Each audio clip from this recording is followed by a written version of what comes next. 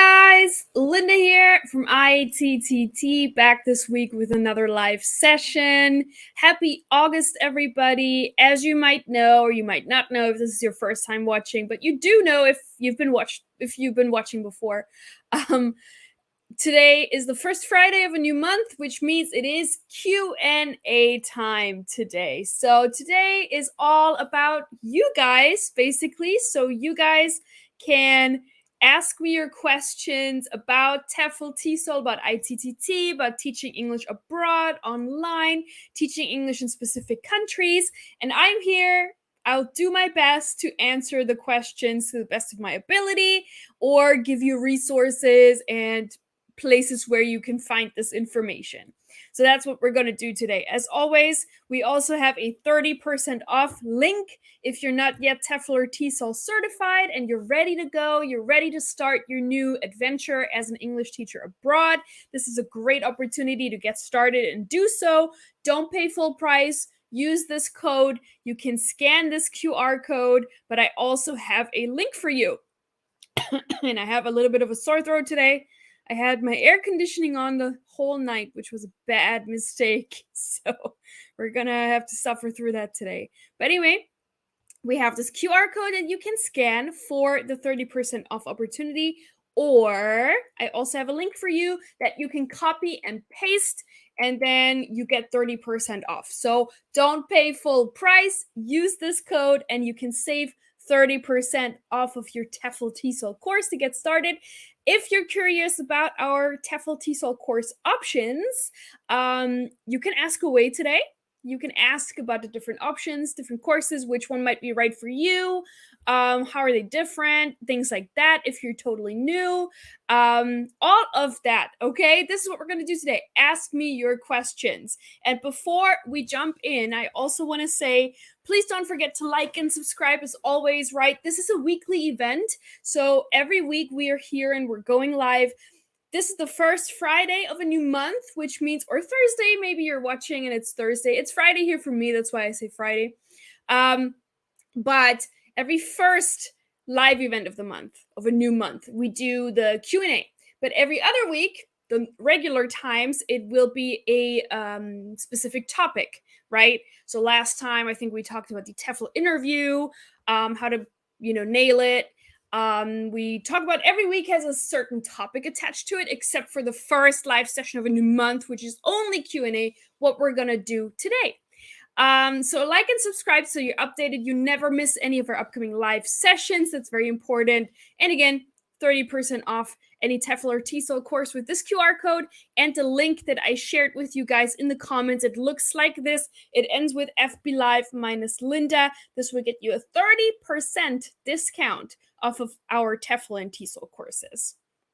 And with that being said, I just want to give a quick introduction about who I am, if you're watching this for the first time. So my name is Linda.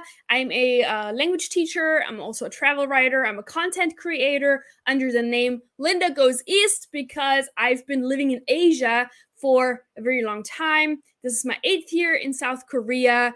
And before that, I also spent some time in China. So if you're interested in teaching English in Asia and traveling in Asia, check out lindagoeseast.com and also my content on Instagram at lindagoeseast. You can also send me a DM over there if there's something you want to discuss in private. You don't want to say it here in front of everybody live. That's also fine. I'm originally from Germany/the US. My mom is German and my dad's American. And like I said, I'm based in South Korea. And I'm also a TEFL and TESOL marketing professional for ITTT, which is why I'm here talking to you on behalf of ITTT. And ITTT, if you're new to it, it stands for International TEFL and TESOL Training. And our website is teflcourse.net. And ITTT has been around since the 1990s, one of the first TEFL TESOL course providers out there, pioneering. And that's why we're leading today, one of the leading TEFL and TESOL course providers worldwide. We have a wide variety of different course options, online, in-class, combined, different study hours for different goals. So that's what we can talk about today. And I always ask you guys when I do my live sessions, first off, I want to ask you, where are you watching from today? Let me know where you at right now. What time is it there? I'm in South Korea and it's 10:30 a.m. Friday morning. I'm very excited to hop into the weekend. But where are you watching from today? Let me know. Just leave a hi and where you're watching from in the comments. I would appreciate that. We are live on both Facebook and on YouTube. So whatever is more comfortable for you, you can watch stream from both places and leave comments. So let me know, where are you watching from today? Let me know. I'm always very curious. I don't want this, especially today, this cannot be a one-way like monologue lecture conversation, right? It needs to be a dialogue, a conversation between you guys and I. I'm going to be here to answer your questions. So please don't be shy, and there are no stupid questions. I always say that. There are no stupid questions. So I'm going to pop this on here. I also have some slides that I can show you depending on what questions you ask, what might fit. I do like to have my visuals right here next to me just to kind of help with the explanation, and having some visuals usually helps better understand the things that are going on. And yeah, that's what we're going to do. So let me know in the comments where you're watching from today, how you're doing, and maybe also let me know if you are TEFL or TESOL certified yet or not. And it also doesn't matter if you are TEFL TESOL certified from a different provider. That's also fine, of course. Everybody's welcome here. Everybody can join and learn something new. We have a lot of different course options as well for people who are already certified and want to take specialized courses, for example, or we also have a TESOL diploma course that you can take. So there's a lot going on. And again, all of this is 30% off. So if you're not quite sure yet which course to take. Yeah, so that's what we're going to do today. I might also actually, first off, we have an intro video about ITTT. Maybe I just pop that in real quick, and then I'll see you after that so we can have an introduction about what ITTT is and does and offers. So I'm going to put that on. It's not very long, and then I'll see you after that. Are you a native English speaker? Do you speak English fluently?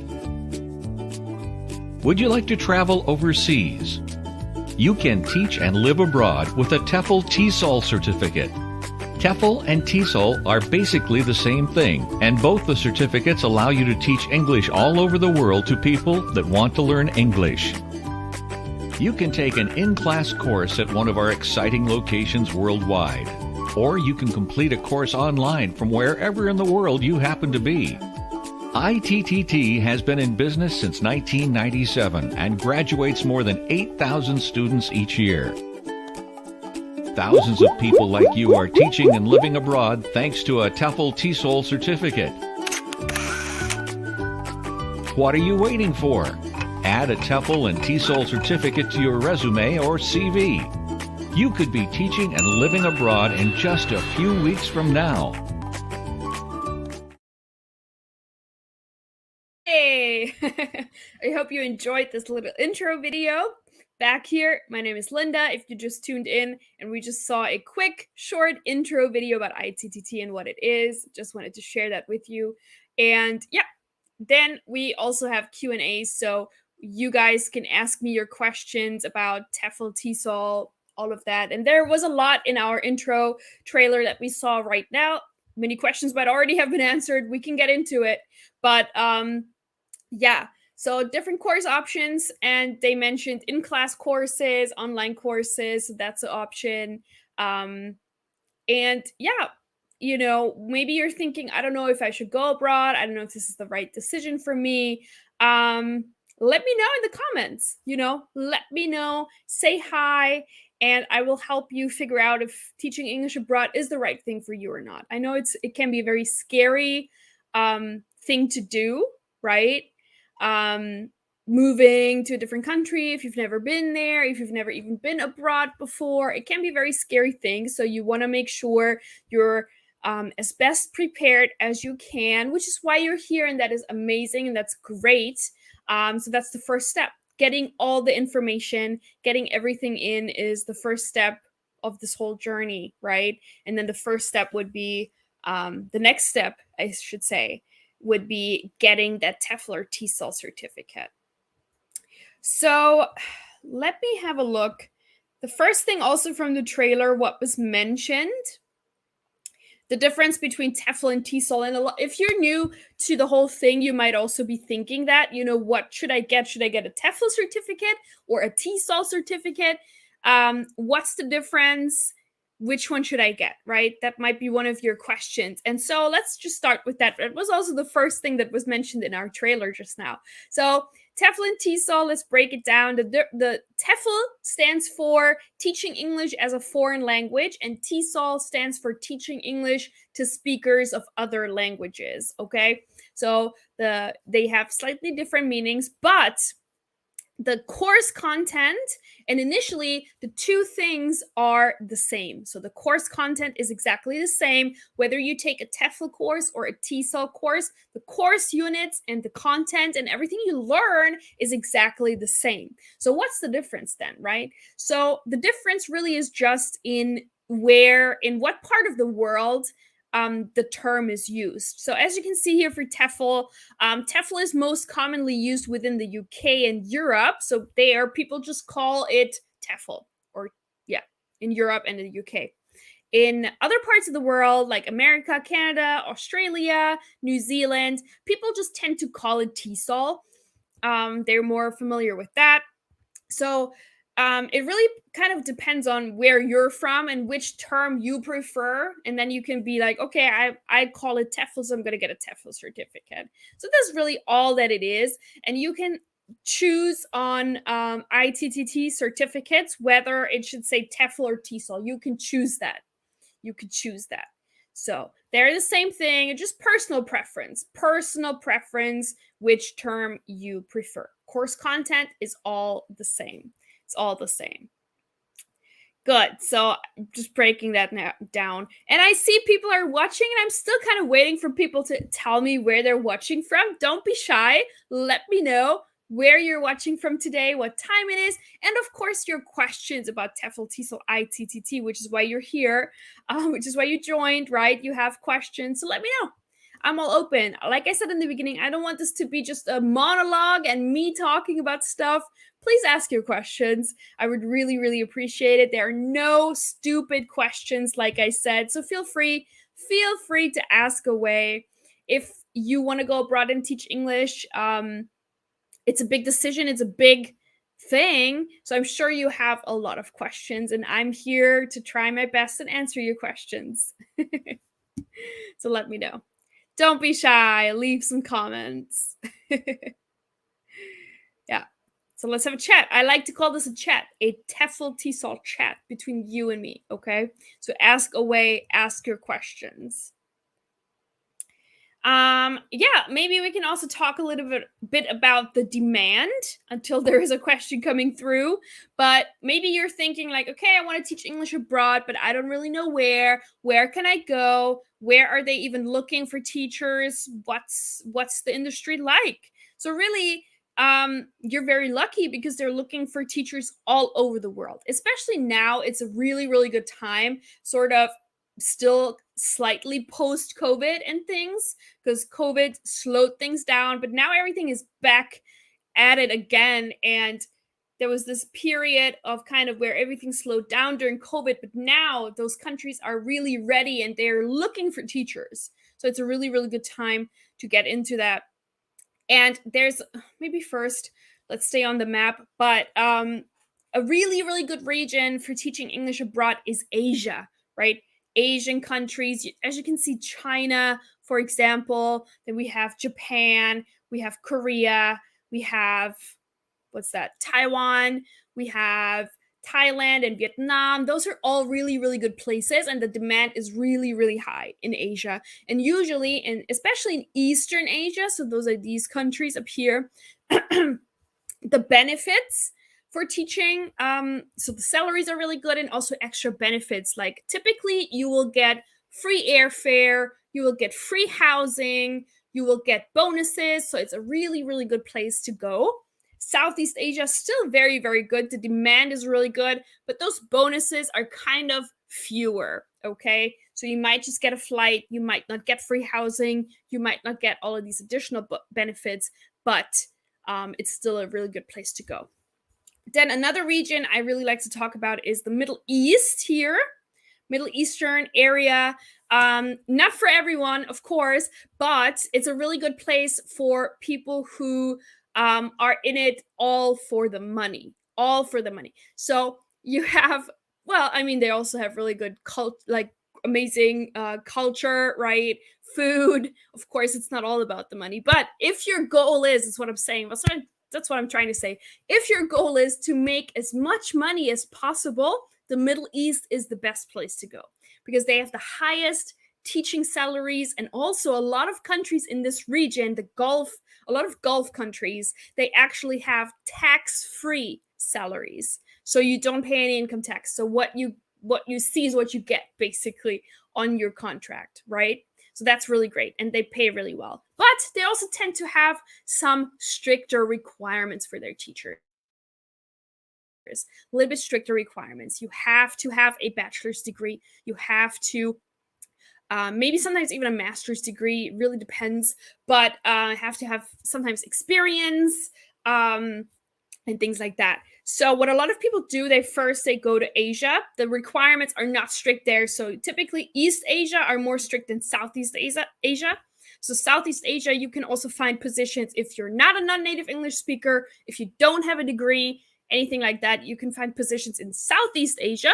East Asia, they tend to prefer people with bachelor's degrees minimum, and also sometimes, depending on the country, native English speakers. So what a lot of people do, they first go to Asia, they get their teaching experience in, and then if they really want to and they want to get more money, they go over to the Middle East. So those two regions are very, very good. And then we have Europe here, very popular among many, many people, right? Want to go to Europe, live in Europe, work in Europe. There also is a demand for qualified English teachers, but again, it's a little bit stricter. So you will need to have a degree in many cases. You will need to have, if you're a non-native English speaker, certain like English proficiency certificates and things like that. But the thing to know about Europe is that a lot of countries prefer hiring people from other EU countries just because of visa purposes or the visa things. They don't want to pay so much for visa fees and all of that, and it takes time, the paperwork, the preparation. So they do prefer hiring people from other EU countries just for simplicity. And the other thing is the cost of living is very high in Europe. So a lot of English teachers end up just barely breaking even. Okay, you can live, but it's not going to be a very luxurious lifestyle compared to if you're going to Asia, if you're going to the Middle East, where you get paid housing, you get paid airfare, you get really good benefits. It's not going to be like that in Europe. It's going to be a little tougher. Same also kind of goes for Latin America, South America. The demand is there. People are hiring. They really want English teachers there, but the salaries are very low. Salaries tend to be very low in South America, and you're not going to be able to save a lot of money in many cases when teaching English there. So, but it's still obviously a beautiful region, and if that's what you're interested in, go for it. Go for it. The demand is definitely there. But in terms of just money, and the opportunity, the chance to be able to save the most of your salary every month is higher in this region. That's what I'm saying. And what a lot of people are also doing, a lot of teachers teaching English abroad, they take on private students in their free time so you can supplement your income, or teaching English online is also an opportunity, right? All right. Well, I'm still waiting for you guys' questions. Don't be shy. I know you guys are watching and you might have a question or two. There's no stupid questions, so just feel free to ask a question. That's what we're here for today, a Q&A. And that's what I'm here for. But if there are no questions, I might just end it after 30 minutes today. Just let me know. I want to make sure that everybody has a chance to come and ask a question before we sign off here. but I'm just going through my slides now, but feel free to ask a question because I really want to know what you're thinking. Okay, Takao. Hi. Hi, I'm in Brazil, Sao Paulo. I have a question. I've never taught English before. How can I start teaching? Any tips to start my career? Okay, great. Absolutely, absolutely. So Brazil is actually also a really good place to start teaching English as a foreign language. It's one of the big emerging markets in the EFL field. They're putting a lot of money in English education. You probably are more familiar with that than I am. But there's actually a lot of good opportunities in Brazil right now for English teaching. So basically, let me see if I have a good slide. How to get started, what to do. The first step really would be to get a TEFL certificate or to figure out where you want to teach. Okay, those two kind of goes hand in hand. So think about, where do you want to teach? Do you want to stay in Brazil and teach there, or do you want to go to a different country and teach? But either way, the first step will be a TEFL certificate. So what's a TEFL certificate or a TESOL certificate? I mentioned that in the beginning. Those two are the same course content. It just depends on personal preference what term you prefer. So a TEFL certificate is two things. I like to explain it that way. On the one hand, it is a required certification in many countries, and only if you have this piece of paper, you can go and teach. You can get a visa, you are allowed to teach in this place. It's part of a requirement for teaching English abroad.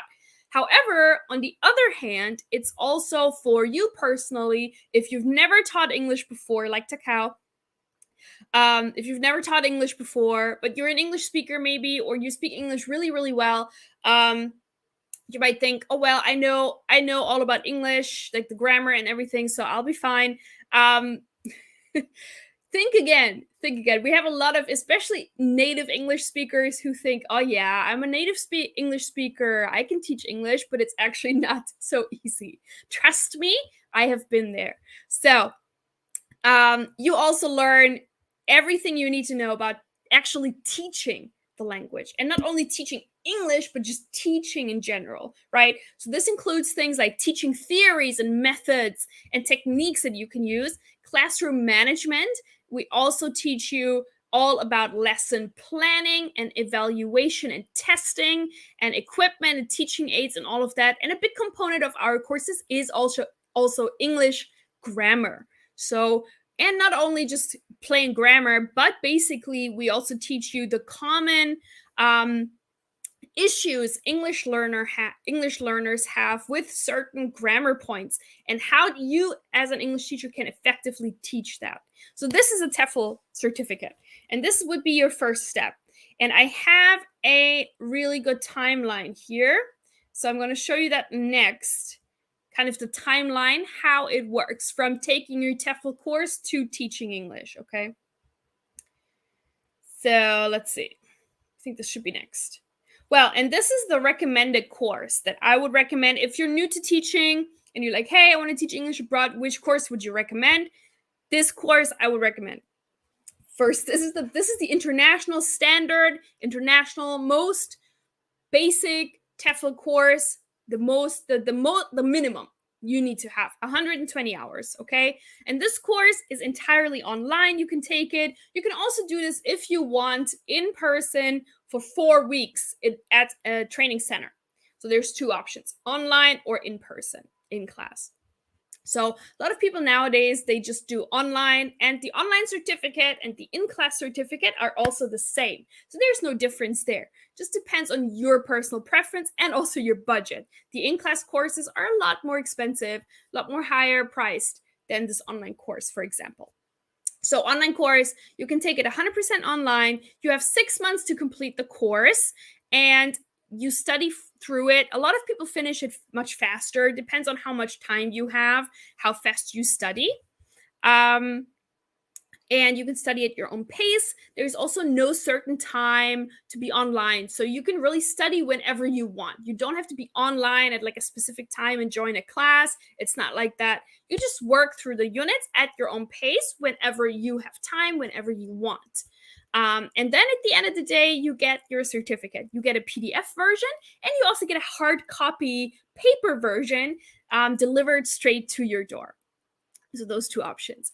And yeah, as you can see, there's a price. With today's discount, we have 30% off. You can save a lot of money. So it's really, really affordable. And most people have this already in with their first paycheck when they teach English. So this is the first step. And let me share again our discount code just so you have it. So if you apply, you copy paste this code, it looks like this, you get a 30% discount. So you can use that. Okay, let me put this comment back up. And then I want to show you the timeline. So this is kind of the first, yes. Yeah, I think that's the timeline, is it? Yeah. So you choose your course. Like we said, maybe you want to take the 120-hour course. You work through the units, right? This would be here. You have 6 months to do so, but a lot of people complete it faster. You can do it in 3 months, 2 months, depending on how much time you have. And then you receive your certificate, and then you're ready to apply for jobs. You would apply to any job that you like. You'll also receive job support from ITTT. So after you complete your course, we will help you find a job in the place, in the country or the city, wherever you want to go. And you can apply for these jobs too. And you would go through the interview process, and you would get all your documents ready. This will vary depending on the country that you're going to. And then you're ready to start teaching, and to go abroad. And that's basically how it works. I hope that makes sense, but that's basically how it works.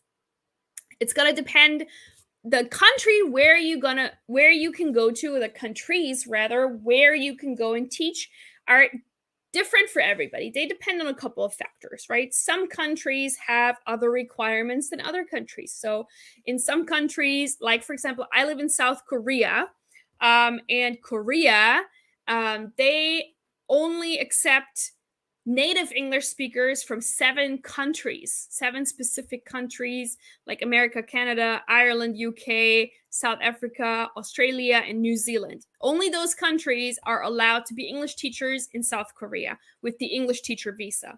So if you're not from one of those countries, it will be very difficult to come to Korea to teach. So then maybe if you really wanted to go to Korea, you might have to change if you're not from one of those countries, if your passport is not from one of those countries. However, not every country is like that. There are many, this is actually very more rare that you have this strict requirement. So more countries will actually not have this requirement. I'm just saying as an example because I live in Korea. So it depends, what's your background, what's your personal background, what's your skill set, what is your nationality? All of those things kind of matter, and it will be different. So if you give me a little bit more background, this is for everybody. If you want to give me a little bit more background about you, what nationality you have, if you have a bachelor's degree or not, those are usually the 2 most important things to know. And then I can let you know if you can go and teach in this or this country. So I hope that makes sense to Cal. If you have another follow-up question, feel free to ask away. I'm here to answer all of you guys' questions. I hope that made sense. Yeah, maybe also quickly about these specialization courses. There's more to this slide. Let me see. It's not loading. Okay, Takao says, thank you very much. I just completed the 120-hour course last month. I'm thinking of teaching in Japan.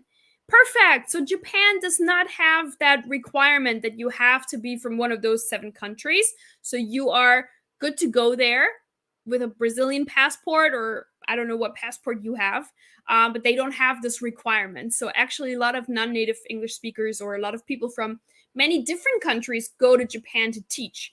However, what's always a great plus, what I would recommend, is having an English proficiency certification that will boost your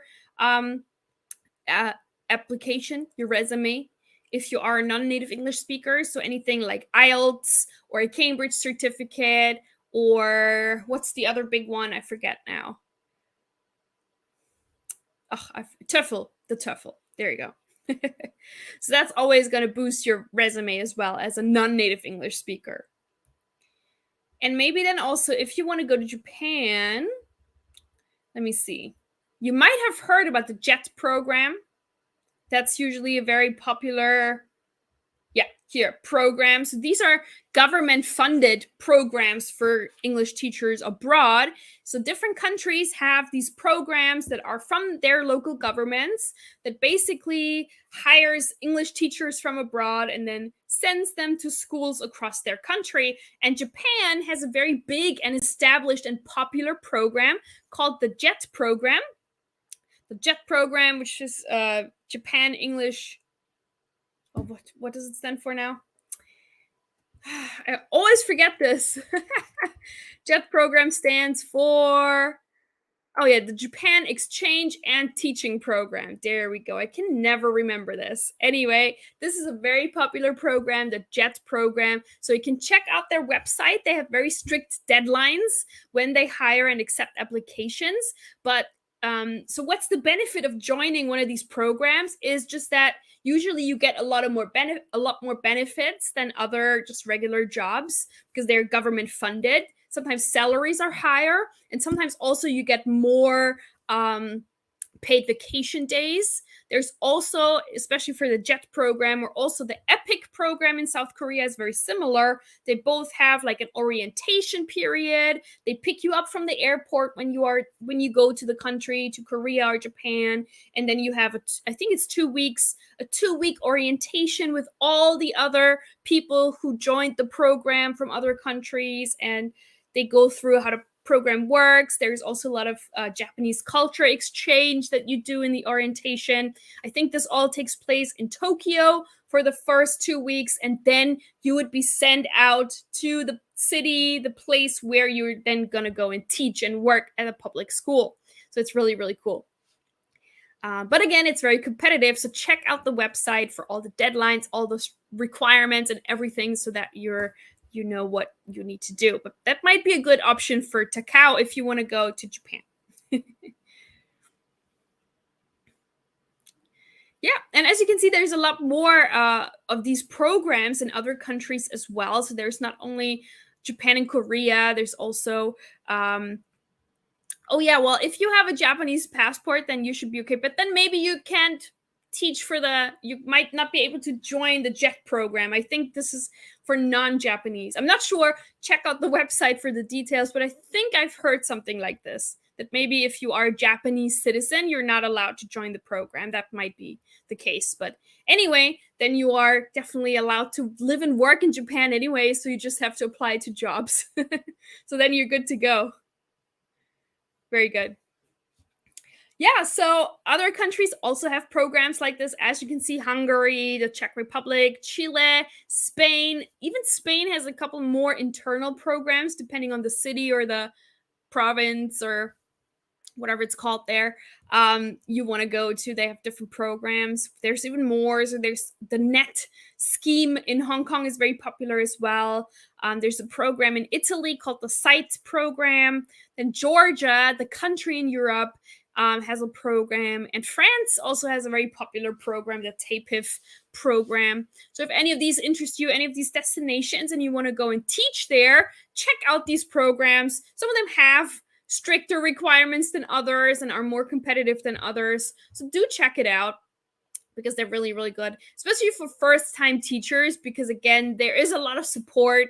Like I said, in many of these programs, they have support people, right? They will pick you up from the airport. They will give you housing. There's always somebody you can contact if you go through a program like this. So it's really, really good. And usually benefits are good because, again, they're government funded.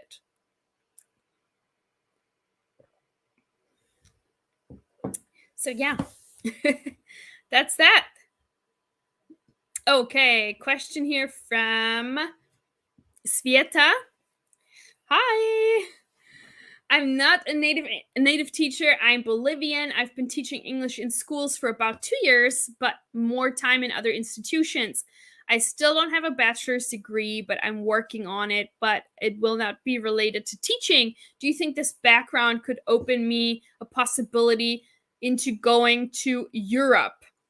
Yeah, so I think definitely make sure you finish that bachelor's degree. That's going to really, really help you. And it's very important, especially if you want to go to Europe and if you're not from the EU. So I don't know if you just tuned in or you were there a couple minutes ago. I spoke about teaching English in Europe, and it is more difficult to get into. A lot of schools actually in Europe, they will hire people with EU passports because it's just easier for them, right? There's no paperwork and anything like that. However, it is always down to the individual employer, and they can make the decision of who they hire. So a lot of people nowadays, I believe, are more open-minded also in Europe when it comes to hiring foreign professionals. I know that I'm from Germany, so I keep up with German news, but recently Germany introduced a new kind of visa that is going to make it easier for non-EU citizens to come into Germany. So definitely there is a trend to that. But yeah, so if you've been teaching English already, you have experience in the field, definitely make sure you get a TEFL or a TESOL certificate if you don't have one yet. And in your case, I would recommend going with more hours than just the minimum 100 or 120. So go with, of course, do that 120-hour course first, and then you can add on to that. You can do specialized courses. Let me pull that up. So they're specialized. Yes, this. Perfect. There's specialized courses in teaching, maybe not teaching English online, but in business English, which is, I think, really good in your case to get that course, business English, and also young learners, getting a young learner certificate. And I think if you want to go to Europe, maybe you could even get a certificate if for teaching Spanish, if that's, and then you can teach English and Spanish. That would be very valuable, I think, for Europe. So maybe also think about that, because then you have both, that could be very, very good. And then you could really find some positions, because English and Spanish is very important in Europe. And I would think that would really, but I don't know much about teaching Spanish, but I know that there are also certificates like a TEFL or a TESOL for English. There's something like that for Spanish as well. So maybe if you also have that, then this would be a really, really good resume, a really good portfolio that you have. So I hope that makes sense.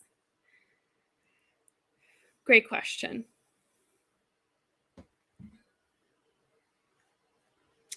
All right, next question here from Nicole. Hi, Nicole. I'm from Singapore, and I have a Bachelor of Arts degree without teaching experience. Which countries in Southeast Asia and East Asia will have the best opportunities that I can consider with a TEFL certificate? So good question, and it's actually something I forgot to mention also in Sveta's question. With the bachelor's degree, that's not related to English or education. So normally, this does not matter. They really, in most cases, do not care what your bachelor's degree is in. So you can have a bachelor's degree. What was it? Well, Sveta didn't mention that. But Nicole says a bachelor's of arts degree. That's fine. And you also, in many cases, do not need teaching experience, especially for Asia. That's totally fine. So the question is, which countries in Southeast Asia and East Asia will have the best opportunities?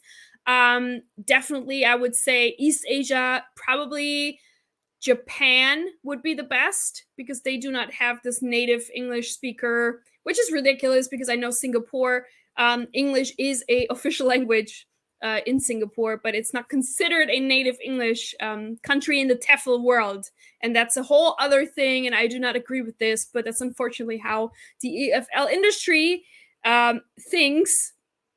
But that's why I think Japan would be good for you, and maybe China. But there also depends on where in China. They are more strict. They sometimes also only hire from native English speaking countries. And Southeast Asia, I would say really everywhere would be good. Thailand is very popular, so is Vietnam. So those are like the two most popular in Southeast Asia. Cambodia and Laos are more emerging countries, so there's a lot of demand, but the salaries are lower. So yeah, if I were you, I would just honestly send my application once you have a TEFL certificate anywhere. Send it anywhere. But you do have definitely chances in Southeast Asia and East Asia, maybe Japan. Like I just said, the JET program might be good for you as well. And yeah, so I would go, again, this is for everybody. I would go, this is the first certificate that you want to get, the International Minimum Standard 120-hour TEFL certificate. This is the one to start with. And then you can build upon that with other specialized certificates if you need more. And yeah, you can see the price here, and we do have a discount code today. So I'm going to share that again with you in the comments. This will get you 30% off. You can scan this QR code in the upper right-hand corner as well. That's the same discount. But yeah, it looks like this. So copy paste that and apply for the course, and you get 30% off. Okay. Great question. And then we have Ray here. Question, I'm interested in taking the ITTT International TEFL program. However, I don't have a BA, just an associate's. Which one and the hours I should choose without any experience? So yeah, to take a TEFL course, you really only need to be at least 18 years old and understand English, be a fluent English speaker. That is all you need to have for taking a TEFL course. And in your case, I also would say the 120-hour course would be good. This is really the course that everybody wants to get for teaching English abroad. However, you do have an associate's, so this is going to affect your job search after you get the TEFL certificate. A lot of countries have even it's a visa requirement to get an English teacher, or work visa requirement for English teachers, that you have minimum a bachelor's degree. Not every country, but certain countries. So if you want to enhance your chances in your case because you don't have a bachelor's degree, I would recommend maybe going higher than the 120-hour course. And I'll show you which course I like and my favorite course, basically. Here, the 220-hour master package. That is the course that I took also, that I have, and this is my favorite for anyone who wants to just have a little bit more. So this course includes, or this package includes, the 120-hour course and then 2 specialized courses on top of that. So you have business English and also teaching English to young learners, so children. So, and business English and children are the 2 biggest fields or specialized areas in TEFL and TESOL. So if you have those 2 and you have 220 hours of training, you are already you have more than average, and you have higher chances, especially in your case, Ray, because you don't have a bachelor's degree. But for taking a TEFL course, it does not matter if you have a degree or not. So for you, I would recommend this one, 220-hour course. And again, you can also have this 30% off discount. So check the comments for that, and you can get this much cheaper as well. Then we have Amitava. Hi, Amitava. How are you today? I'm having some technical issues and glitches with my desktop computer. Oh no. So I'm watching your live session streaming from my smartphone. Oh, thank you. I appreciate it. I hope you figure out your issues with your computer soon. Oh, and Ray says, just to add, I'm from the United States. My English is fluent, not perfect at all, but great enough to be expected. Yeah, sure. But maybe you just tuned in. But I always say this, just because you're a native English speaker does not mean that you can also teach English, right? Actually, you'll be surprised. Most native English speakers actually really appreciate the TEFL course because we never think about the English language and grammar and all of those things if this is not like your field of study. So you're going to appreciate that. And a lot of countries, they have a TEFL course as a requirement, regardless of you being a native English speaker or not. But yes, also being from the United States will also enhance your chances then with applying for jobs. That's the truth, right? A lot of countries, they prefer hiring people from English speaking countries, in quotation marks, and definitely the United States passport will be good to have when applying for English teaching jobs abroad. So that will help you definitely. But again, a bachelor's degree is also often a requirement. And just because you have a US passport, they cannot overlook that you don't have a bachelor's degree if it's a requirement for the visa, right? But it will open doors to other countries as well. Then we have Emilio. Hi, Linda, tuning in a little late today, but here I am. I'll watch the part I missed at the end of the live stream. Thank you, Emilio. I appreciate it. We're just doing a casual Q&A today, first Friday of a new month, or Thursday, wherever you are watching from. So that's what's happening today. Nicole has another question. What were the most rewarding and challenging aspects of your experience teaching English in South Korea? Oh, that's a great question. Thank you. Yeah, let's get into it. So maybe starting with most challenging first. What's kind of challenging for not only teaching English in Korea, but just working in Korea in general. So the Korean society and work culture is there's a lot of emphasis on hierarchy. So that's different. You have to really respect the people who are above you. It's a lot more strict, and people do not communicate directly with each other. So it's kind of more indirect and passive. So that's very different from where I'm from. So that sometimes, caused challenges for foreign workers, foreign English teachers working there.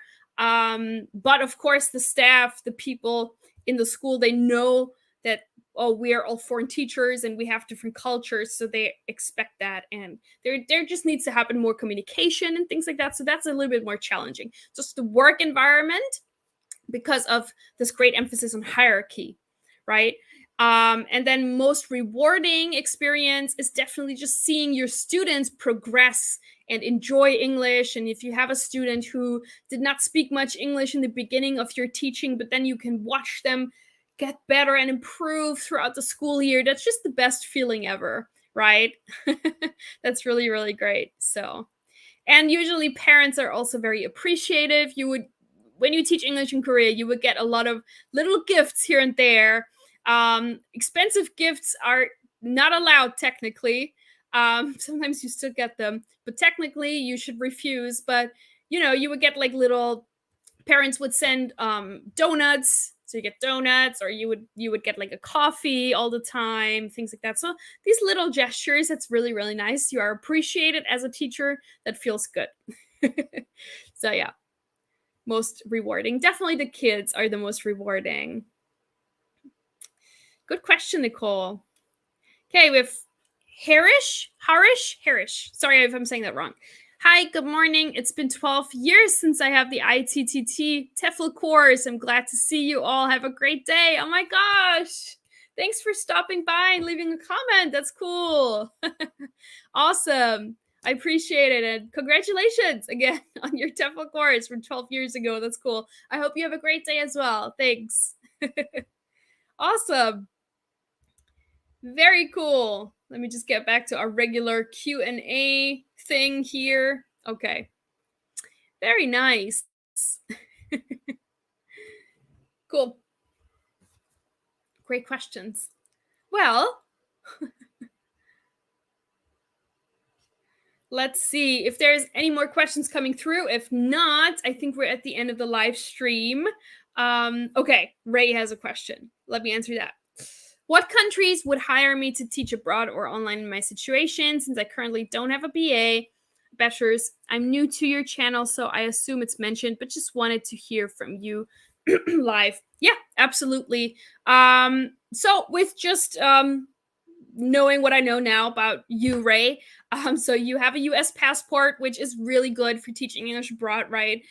So that's going to open a lot of doors. You don't have a bachelor's degree, so unfortunately, countries like South Korea, I also believe Japan, I'm not 100% sure, but maybe, and I also believe China, they all want bachelor's degrees, and this is tied to the visa there. So this is not something you can change or you have any say in, right? When it's tied to the work visa, when this is a requirement, many countries have that, then you just can't change that.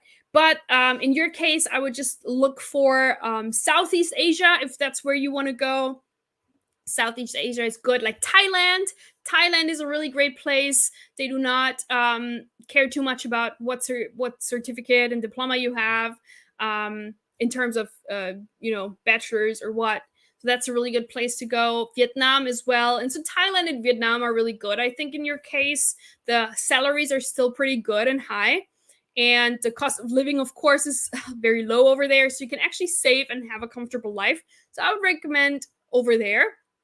But if you're like, oh, no, Asia, I don't want Asia, Latin America is another great option. And they would really hire you like this. You would find a job very quickly in Latin America. However, Latin America, the cost of living very low, but the salaries are also very low, and you're not going to be able to save a lot of money. Maybe you're going to be able to live comfortably, but not maybe save a lot of money. So it just depends on you personally, what you want from your experience. Do you want to make a lot of money, be able to save a lot of money, or do you just want to go somewhere where, you know, a country that you're interested in and you just want to have a good time and just teach English, but you don't care too much about money? Then it's really up to you. Really up to you. But those two regions I would recommend in your case. Maybe also Mexico. If you don't want to go too far from home, Mexico is hiring and they really want a lot of business English people. So maybe that's good too. Really depends on what you want. What I recommend, okay, just to figure out, you know, the requirements and everything, go to our website, TEFLcourse.net, and then we have in the header a job section. So you click on that. Maybe I just shared the link. The job section on our website, and then you can browse different countries. So you can browse jobs available in maybe a country that you like. So let me share that. Oh, it's very slow now, I think, when I share a link. I hope it's okay. So you would go here, and then you can see all the different countries, and you just click on a country that interests you. And then you can see all the available job offers, and you can just see what the requirements are, right? So you can get an idea. Oh, for this country, these are typical requirements. For this country, the requirements are like that. So I would recommend doing that, and then just figuring out, oh, this is where I can go, or, you know, yeah, kind of do that. All right, then we have Nuna. Hi. Good morning. May you share how much the program is again? Yes, sure. And we do have a 30% off code as well, if you missed that. Oh, one more here. So regular price $249 for the standard. This is the international minimum 120-hour TEFL course, but with today's 30% discount code, it's only $174 US. So let me share the discount code again, and you just apply through that.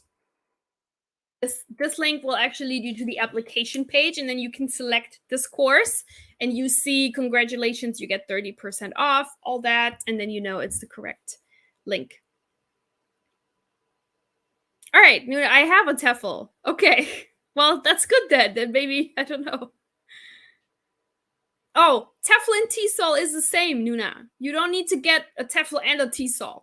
It's the same thing. So you don't have to spend any more money. If you have already a TEFL that is at least 100 hours, maybe 120 hours, if you have that, you don't have to get anything else. TEFL and TESOL is the same.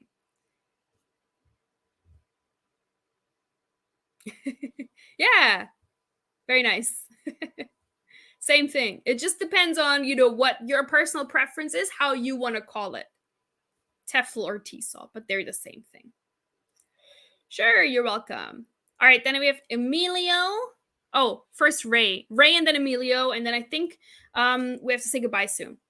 But thanks for the info. Would Thailand pay more? Even in my case, yes, I have a passport. I prefer to teach online starting out. Thanks again for the info. Yeah, so starting with teaching English online is great because you gain experience and you also gain a little bit of money to then get ready to move abroad. So that's a very smart move. Very great. I like that.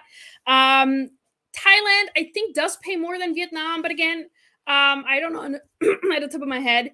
But I do think so. But like I said, go to our job section and check out Thailand and Vietnam, and then you can compare from the job offers there. They usually also list the salary, so they're very open with everything. That's where you're going to see English teaching abroad job offers, they're very direct. And sometimes in your application, they also want you to be very direct. So they ask for your picture, name, height, sometimes even weight, depending on where you work. It's kind of crazy. But anyway, you'll find all of that information. And also, what I always like to say, you can go abroad, teach English. If, for example, you go to Thailand, right? You are in Thailand 6 months, maybe a year. Then you're like, oh yeah, I really like this. And usually, and I say this every time, the first year of you teaching English abroad is kind of your networking time. You arrive there, you learn a lot about the country that you're in. You learn to understand the EFL, the English teaching market in this place. And then you see, oh, the school that I'm working for is actually not great. And you meet somebody who works at a different school. They're leaving and they're like, hey, do you want to teach at my school after your contract? It's better. And, kind of you slide into things like that. So your first year of teaching English abroad is just kind of your trial and error time, to be honest, because you don't know anything about this country yet. And you will learn, you will meet people. They tell you about other job opportunities. So this is usually how it works.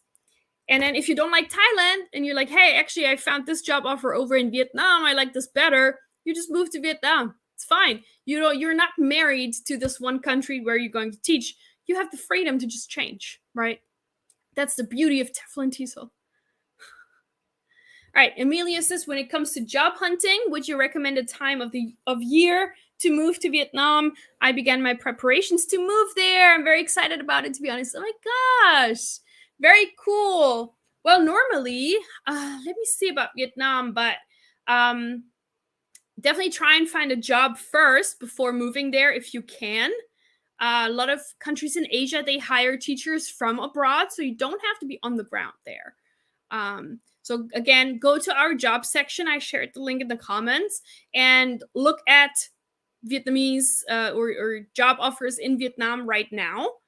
And usually for Asia, you can really find positions year-round for private schools in particular. I don't think they hire native English teachers into public schools in Vietnam. I'm not quite sure, but it's mostly going to be private language schools, and then they hire year-round. But try and have something lined up before you go, just in case. I would recommend.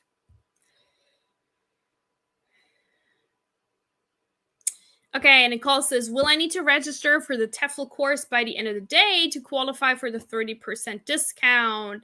Not by the end of the day.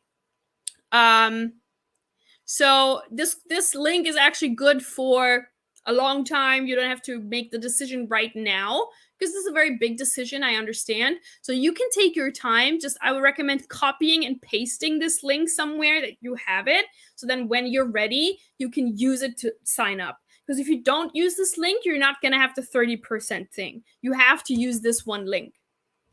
That makes sense. Yeah, so Nuna, let me share the link again with you.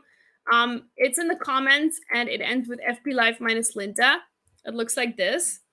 So just save this link somewhere safe on your computer or on your phone. And then when you're ready, you can do that. Okay, Emilio says, for work permit purposes, I will be needing my ITTT 550-hour course diploma notarized and legalized. Yes, I know for Vietnam, they do that or they want that. And yes, that is something that ITTT can help you with. So please contact us and we will do that. Of course, it will be a little fee, this because it's not included, because actually not a lot of countries require that, but Vietnam and I think also China, those are like the two countries that I've heard about that want it. So yes, we do that.